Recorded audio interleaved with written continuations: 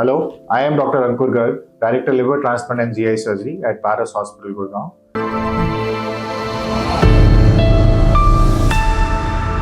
Fatty liver एक बहुत ही common word है, रोज इसके आर्टिकल्स पढ़ते हैं हम। कभी ना कभी किसी डॉक्टर ने हमारी प्रिस्क्रिप्शन पे भी लिख ही दिया होता है, या कभी ना कभी हम अल्ट्रासाउंड कराने लिखते हैं तो उसके नीचे कमेंट लिखा होता है ग्रेड 1 या ग्रेड 2 फैटी लिवर। क्या ये डॉक्टर्स के लिए फैशन है?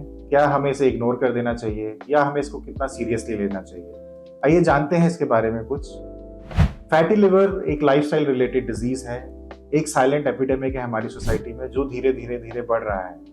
एंड इतना सिंपल नहीं है, फैटी लिवर से लिवर फेलियर हो सकता है, फैटी लिवर से लिवर ट्रांसप्लांट तक की जरूरत भी पड़ सकती है। एक टर्मिनोलॉजी है नैश, नॉन अल्कोहलिक स्टेटोहेपेटाइटिस, ये भी हमने आर्टिकल्स में बहुत बार पढ़ा होगा।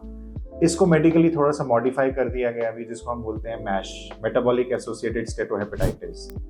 क्या रोल है इसमें, क्या लोग चीज़ें हैं जो इसको कंट्रीब्यूट करती हैं? ओवरवेट, डायबिटीज़, हमारा जेनेटिक मेकअप, हमारा लाइफस्टाइल।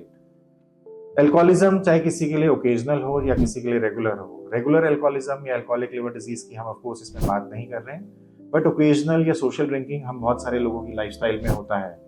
इनएक्टिविटी भी होती है, ओवर ईटिंग भी होती है।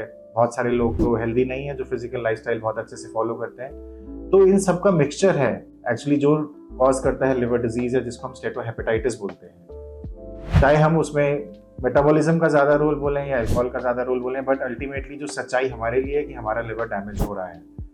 क्या ये इतना सिंपल है कि इसको हम इग्नोर कर सकते हैं और सालों के साल हमारे अल्ट्रासाउंड की रिपोर्ट्स में लिखे आता जा रहा है फैटी लिवर, तो कोई फर्क नहीं पड़ता है? पिछले साल भी ऐसा ही था, इस साल भी ऐसा ही है, अगले साल कराया अगले साल भी सेम ही था, तो मुझे क्यों इसके बारे में चिंता करनी चाहिए? लेकिन ऐसा नहीं है। अगर फैटी लिवर को हम बहुत लंबे टाइम तक इग्नोर करते रहेंगे, निगलेक्ट करते रहेंगे, तो ये फैटी लिवर फाइब्रोसिस की तरफ जाएगा और ये फाइब्रोसिस सिरोसिस की तरफ जाएगा और सिरोसिस से लिवर फेलियर की तरफ जाएगा। एंड ये मजाक नहीं है, आज की डेट में 20 से 25% लोग जिनका लिवर ट्रांसप्लांट हो रहा है, उनका ट्रांसप्लांट सिर्फ fatty liver related liver failure के कारण हो रहा है। हर महीने 2 से 3 पेशेंट्स तो मेरे ही होते हैं जिनका मैं fatty liver related liver failure के कारण लिवर ट्रांसप्लांट करता हूँ। ऐसा नहीं है कि लिवर ट्रांसप्लांट सिर्फ एक एल्कोहलिक पेशेंट को जरूरत पड़ सकती है, सिर्फ एक हेपेटाइटिस बी पेशेंट या हेपेटाइटिस सी पेशेंट को जरूरत पड़ सकती है। सो फ्रेंड्स, इसको इतना सिंपल नहीं लेना चाहिए और इग्नोर भी नहीं करना चाहिए। बहुत सारी इंफॉर्मेशन अवेलेबल है, सही भी इंफॉर्मेशन अवेलेबल है और गलत भी अवेलेबल है, बट हमारे लिए बहुत इंपॉर्टेंट है कि हम इसको समझें कि फैटी लिवर होता क्या है, कैसे इसको हम कंट्रोल कर सकते हैं और कैसे हम अपने आप को स्टॉप कर सकते हैं कि हम वहां तक ना जाएं कि वो फाइब्रोसिस में या सिरोसिस में कन्वर्ट हो जाए।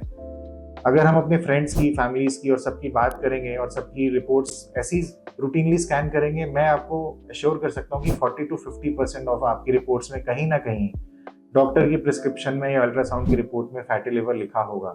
तो प्लीज़ इसको इग्नोर मत कीजिए।